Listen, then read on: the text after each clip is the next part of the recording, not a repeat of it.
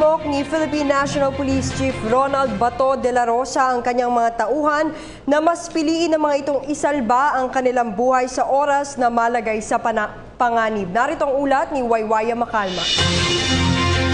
Bilang parte ng 115 Police Service Anniversary ay binisita ni PNP Chief Ronald de la Rosa ang Police Region 4A sa Camp Vicente Lim sa Calamba, Laguna.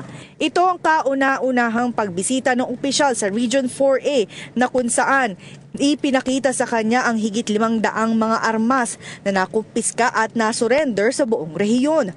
Kabilang narito ang 3 M16 rifle at 27 pistol. Ito ang resulta ng kampanya laban sa illegal na droga sa Region 4A simula noong buwan ng Hunyo hanggang August 22, 2016. Ayon kay Calabarzon Regional Director Police Chief Superintendent Valfrey Tabian na pumalo sa higit 400 na mga bala at granada ang kanilang nakumpiska.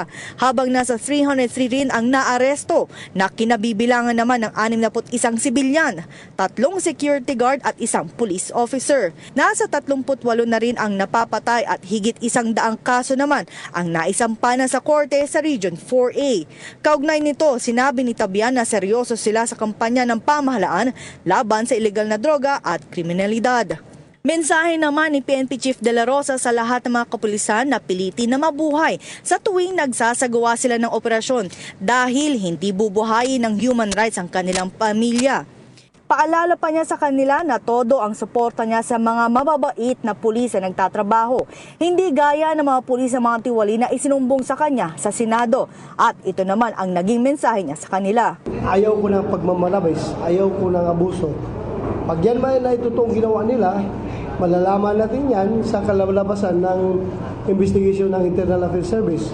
At hindi po namin ikukubira ano mang kasalanan namin mga tao. Makaka-assure kayo dyan. The public must be rest assured that hindi namin kukubira ng mga kasalanan na ginagawa ng aming tauhan. Pagkatapos ng programa ay nagsagawa ng command conference ang PNP, kabilang narito ang mga matataas na opisyal ng Police Region 4A. Ipinarating naman ng Local Chief Executive ng Region 4A sa Philippine National Police ang kanilang suporta laban sa kampanya ng illegal na droga. Para sa PTV News, ako si Waywaya Macalma. Ako po si Cathy San Gabriel. Subscribe na sa PTV YouTube channel. I-click lang po ang subscribe button.